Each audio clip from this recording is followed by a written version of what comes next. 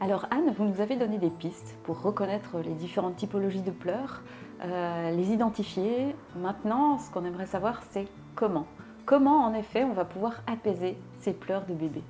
Alors bon, la première réponse très classique, ça va être de pouvoir répondre aux besoins physiques de l'enfant, hein. Est-ce qu'il a faim, est-ce qu'il a sommeil?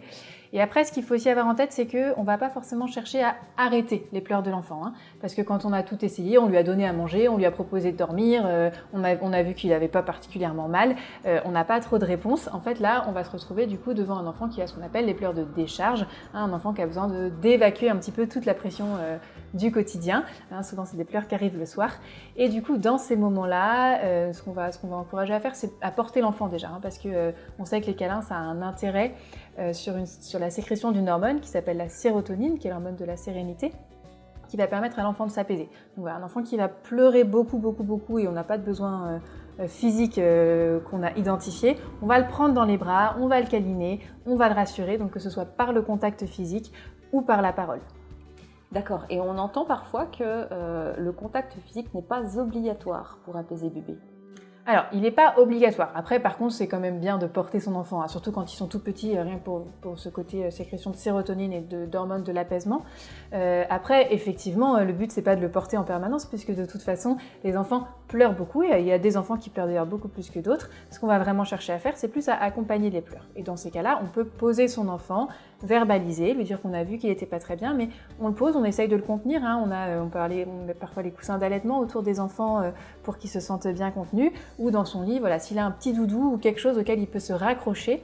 On a aussi aujourd'hui des peluches qui font des bruits blancs, type l'aspirateur, le bruit de la mer, le sèche-cheveux, qui vont rassurer l'enfant sur le fait qu'il n'est pas seul.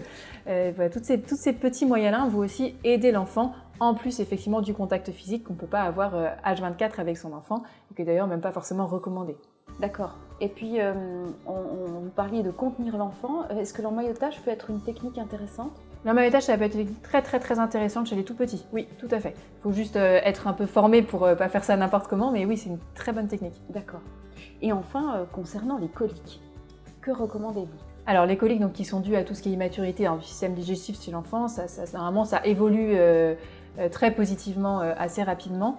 Après, chez les tout petits qui ont pas mal de reflux ou qui ont vraiment mal au ventre, les pharmacies peuvent donner ce qu'on appelle du julep gommeux, hein, c'est des préparations pharmaceutiques.